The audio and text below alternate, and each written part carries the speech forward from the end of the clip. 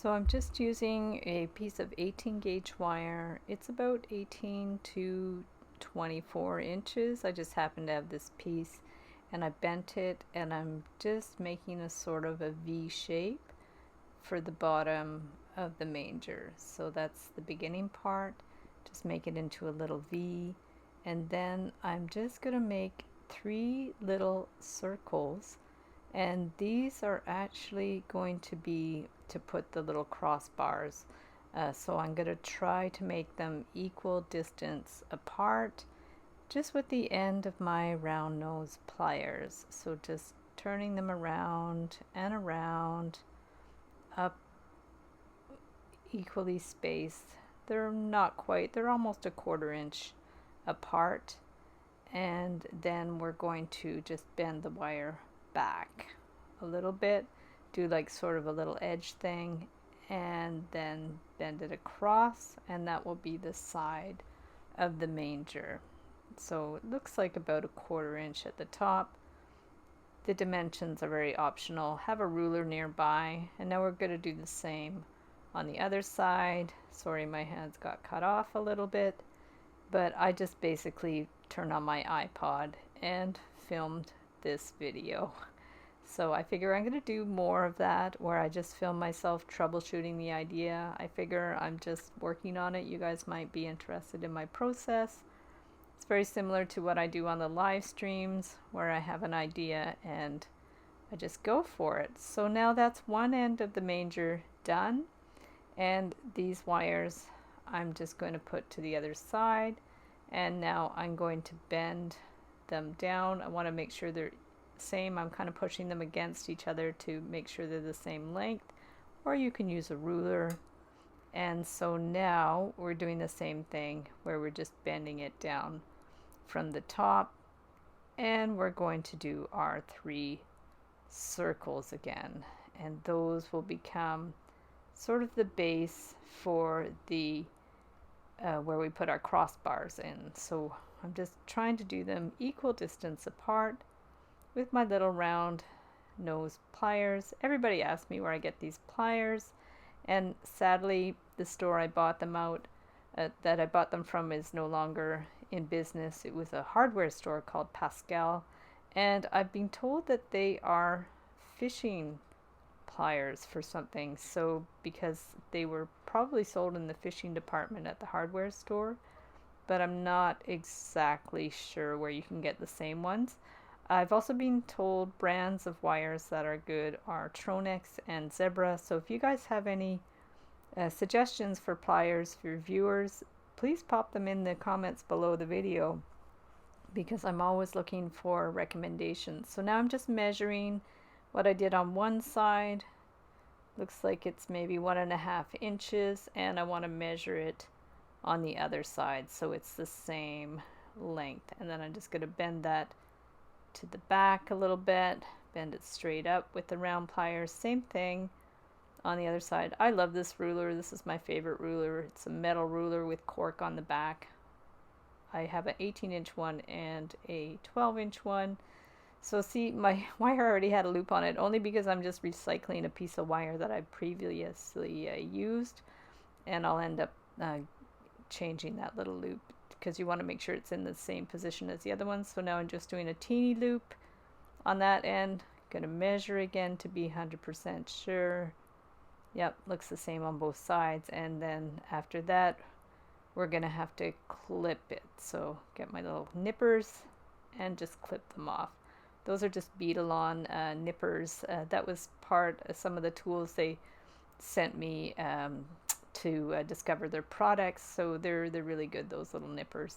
So now we're going to open up the loop I'd previously done, and then just close that loop up there. So we have loops on both sides, because we're going to use those to string a wire through to hold it all together. So that's another little hack, is to hold wires together. If you do these little loops, we're going to just string the wire through after. So then there's little adjustments you have to make with your flat pliers, and then you want these to kind of line up.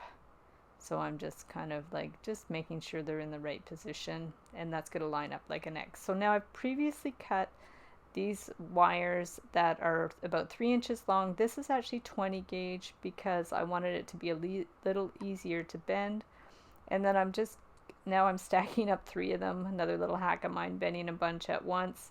So we're just stacking them up, measuring them, and we're just going to bend it up.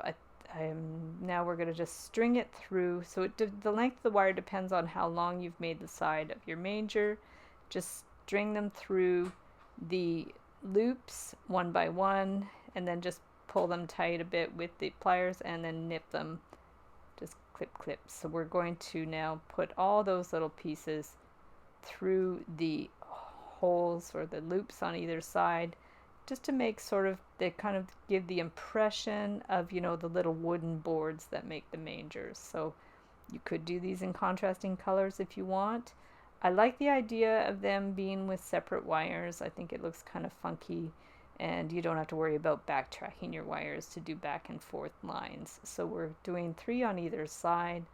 Just slide them in, bend the ends, and then you're going to get the clippers or the nippers. I like that name, nippers, sounds cute.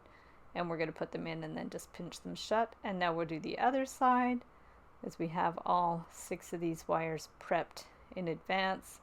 So just stick them in there. It's fun. It's almost like becomes like this little kit that you're just kind of putting together, which is really fun. And in fact, it would be, if you were making hundreds of these, it might be a good idea to make a little jig where you do the shape of the manger, but I kind of doubt anyone's going to be making hundreds of these. If you make one, congratulations. Be sure to share them.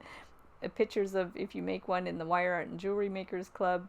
That would be awesome. I'd love to see what you guys do. And if you guys don't have Facebook and want to share pics with me, just email them to me at info@heatherboydwire.com. I'm always delighted to see your creations. It's so much fun. We have quite the collection of them on Pinterest now, if you want to check them out at Heather Boyd Wire on Pinterest too. I have a whole board with viewers' creations, which is awesome. So yeah, so now what we're going to do is we're just going to straighten up these wires a little bit, straighten up the loops so it does like a crisscross thing. Okay, so we're going to line up those loops so the little ends are crisscross. Just line up those little loops best you can, and then stick a wire, like get about a 5-inch piece of wire, and just stick it right through the loops, and then twist it around to hold it in place. Tug it so it's a little tight, and now on the other end there's no loops, but you're just going to twist it around the crossbars there. So just twist it all the way around. I didn't do loops there because the ends aren't separate, and then you're just going to nip it, and then just nip the other side, and then already the structure holds together. It kind of looks like one of those things you hang your laundry on. So if you want to make a little mini laundry holder for your little mini socks, go for it. But it is sort of a multi-used design. You could even put like a little cell phone in there. You never know. That would be super funky. So now I'm just straightening the wires. I just like rub them between my fingers. That's a good way to straighten the wire. It's always in the adjusting to try to get it to stand properly. So that's why it's really good also to use a ruler to measure. So now I'm getting another wire to do sort of the cross bars at the end. So just kind of attach it, string it through there, and then attach it on the other side, and just give it helping it with a little bend. Sometimes I like to help the wire do a little bend first, just to it makes it easier to bend it without distorting it. So then we're just going to pull it around. It's just to really hold that in shape. So you just have a little bar, 1 bar on either side is fine. And then you're going to do the same thing on the other side. Measure it. I'm just comparing it to the first side, and then we're going to just stick it in the end. Pull the end again to be sure that it's nice and tight, and then bring it to the other side. Help it out with your pliers. It's always a good idea just to help it out to make sure that it has a nice little head start with a little bend.